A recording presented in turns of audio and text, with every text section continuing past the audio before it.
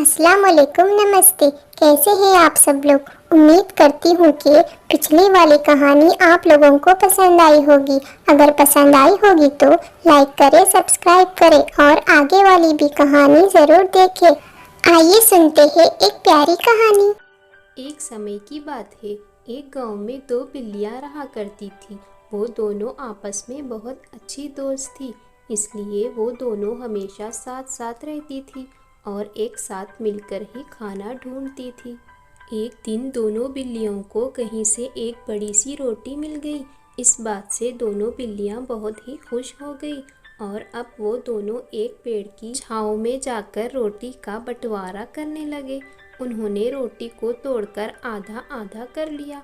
तभी उसमें से एक बिल्ली बोली कि उसकी रोटी का टुकड़ा छोटा लग रहा है और वो दूसरी बिल्ली से और रोटी का टुकड़ा मांगने लगी, लेकिन दूसरी बिल्ली ने और टुकड़ा देने से मना कर दिया। बस फिर क्या था, दोनों बिल्लियां आपस में झगड़ने लगे। उस पेड़ पर बैठा हुआ एक बंदर बहुत देर से दोनों बिल्लियों को झगड़ते हुए देखकर नीचे आता है।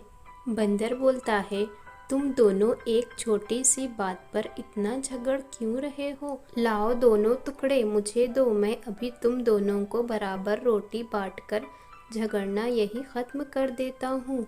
दोनों बिल्लियों ने बंदर की बात मान ली और रोटी के दोनों टुकड़े बंदर को दे दिए।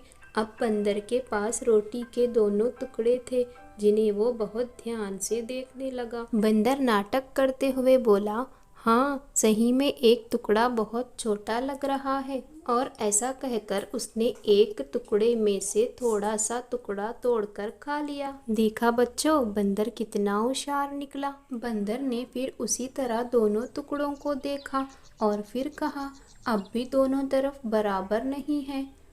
फिर से वो दूसरा टुकड़े में से एक टुकड़ा तोड़कर खा जाता है। इधर दोनों बिल्लियां आस लगाए बैठी थी कि शायद अब की बार दोनों टुकड़े बराबर हो जाएंगे, लेकिन बंदर हर बार यही कहकर थोड़ा सा टुकड़ा खा जाता था। अब की दोनों टुकड़े बराबर नहीं हैं। काफी देर तक ऐसे ही चलता रहा और इस प्रकार बंदर लगातार रोटी खाता रहा। रोटी के दोनों टुकड़े अब पहले से बहुत छोटे हो गए थे। अब दोनों बिल्लियां बंदर की चालाकी को भांप गई थी। बिल्लियों ने थोड़ा चालाकी दिखाते हुए कहा कि बंदर भाई, बहुत देर हो गई है और अब आप हमें ये बचे हुए टुकड़े ही वापस कर दो, हम दोनों उसमें से ही खुश हो जाएंगे। इस पर बंदर बोला, क्या बात कर रही हो, ये मैं इतनी देर से तुम दोनों के लिए मेहनत कर रहा हूँ और देखो बराबर बांटने के चक्कर में अब तो रोटी थी छोटी सी बची है और ये बचा हुआ टुकड़ा तो मेरी मेहनत के लिए मुझे मिलना ही चाहिए। और ऐसा कहकर बंदर ने उस बची हुई रोटी टुकड़े को भी खुद ही खा लिया। बेचारी दोनों बिल्लियां देखते ही रह गई, लेकिन अब वो कर भी क्या सकती थी।